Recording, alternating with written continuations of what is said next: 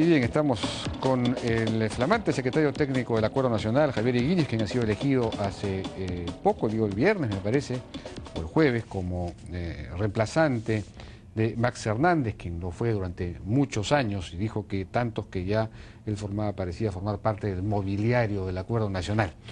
Eso fue una expresión de él, por supuesto, irónica. Bueno, Javier, buenas noches, ¿qué tal? Buenas noches. El Acuerdo Nacional cumplió un papel importante a comienzos del gobierno del presidente Toledo, en las etapas de reingreso, digamos, a la democracia plena.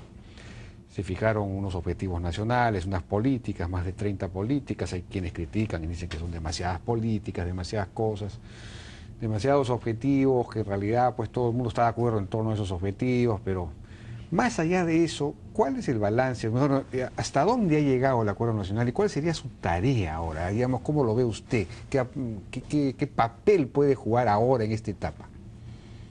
Sí, creo que una tarea clásica que se ha realizado es la del seguimiento de las políticas, de los acuerdos, para ver si efectivamente los sucesivos gobiernos, incluso gabinetes, las toman en consideración, con la finalidad de que aquello que costó tanto elaborar, porque fueron por consenso aprobadas esas políticas, lo cual revela que tenían una ancha base, a veces con el riesgo de difuminar un poquito algunos de esos acuerdos, quitarles el filo, eso es cierto, pero aún así sobrevivieron muchos contenidos sustantivos, democráticos, de desarrollo social, de seguridad, etcétera.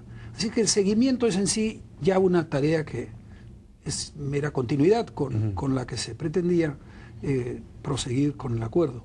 Pero creo que tiene diversas otras funciones, añadir temas de agenda, como algunos que han sido sugeridos ya por el presidente Humala, ¿no es cierto? El tema del agua.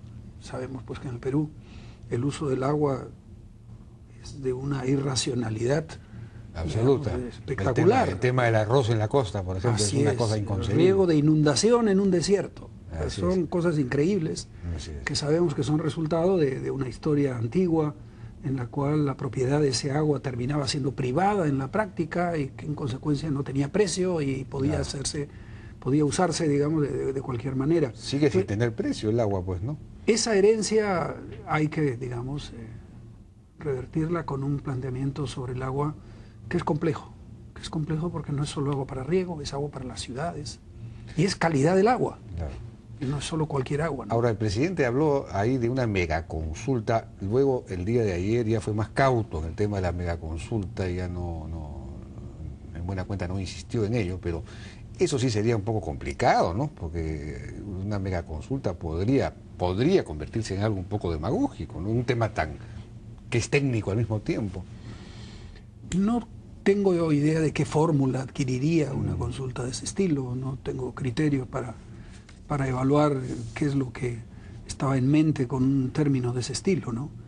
Pero supongo que por lo menos al nivel de ciertos principios, dada la importancia del agua como condición básica de vida, de muchas cosas en el Perú, sí creo que establecer ciertos criterios ayudaría a que haya límites en el potencial abuso, ¿no? En el uso de este recurso a favor de unos y por supuesto en contra de otros. Es un tema como los políticos, los derechos ciudadanos, ¿no? El derecho al agua. Claro. O sea, ninguna persona puede ser impedida de acceder al agua que necesita para vivir, digamos, y claro, luego el campesino para sembrar y el domicilio urbano para su aseo y su saneamiento y así sucesivamente. Entonces el agua termina siendo un asunto muy asociado a derechos fundamentales del individuo y de los grupos, ¿no? Claro, pero al mismo tiempo es algo que que necesita una discusión técnica, ¿no? Porque este asunto, por ejemplo, de que no puede haber minería en las cabeceras de cuenca, es un mito. técnicamente, hidrogeográficamente sí es perfectamente posible, y este mismo proyecto va a asegurar incluso más agua, porque va a embalsar el agua y va a permitir que haya más agua en las épocas de sequía. Es decir, hay mucha mitología que es aprovechable políticamente, ese es el problema, ¿no? Sí, lamentablemente la experiencia que tenemos con tanto pasivo ambiental a lo largo de las décadas, sí.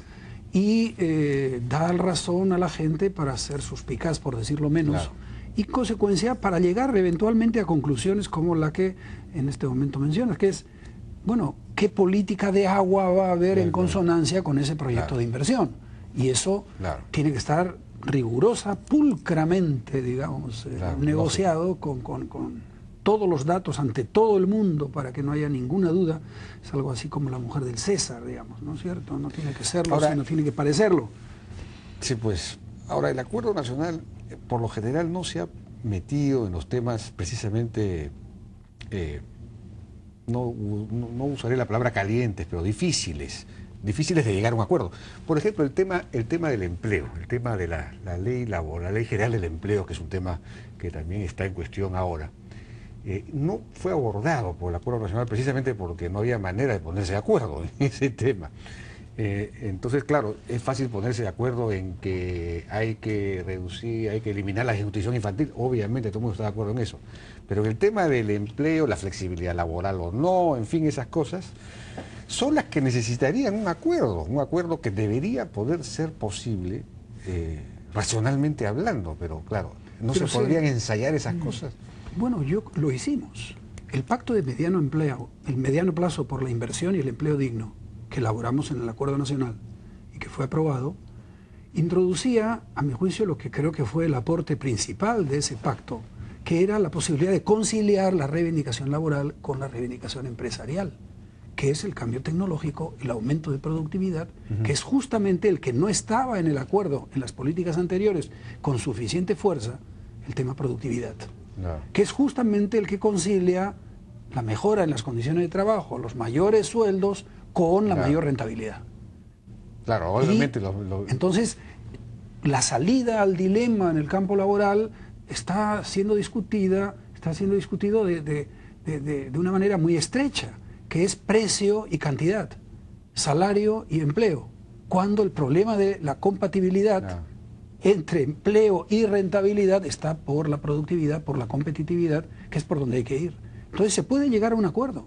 ¿Por qué? Porque en ese caso se puede subir los salarios y aumentar la rentabilidad simultáneamente. Claro, pero el tema es la flexibilidad o inflexibilidad y los costos no salariales y todo eso, ¿no? Bueno, ahí en América Latina la discusión es muy clara, y es que sí, se dice que hay mucha rigidez, pero en América Latina la rotación laboral es mayor que la europea. Claro, porque precisamente como consecuencia de la rigidez. No, al contrario. Todo es informal. Al contrario, se rota mucho, ¿no?, a pesar de esas inflexibilidades que se indican que existen. O sea que hay salidas, pero hay que ver la figura completa y en un marco conceptual que permita las salidas, porque si yo estrecho mi argumentación así o no, a favor o en contra, ahí no hay nada que hacer, claro. Hay que ampliar. Hay que ampliar el marco. El marco. Bien, ya no tenemos más tiempo, lamentablemente. Suerte pues en esta tarea y estaremos atentos a ver cómo va evolucionando, porque sin duda hay todavía mucha agenda para ponerse de acuerdo en el Perú.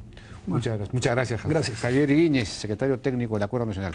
Vamos a una pausa y regresamos ahora con María Ángela Holguín, canciller de Colombia, que ha venido a una reunión de los cancilleres de la Alianza del Pacífico, México, Colombia, Chile y Perú, que se propusieron llegar a una suerte de integración profunda. Regresamos.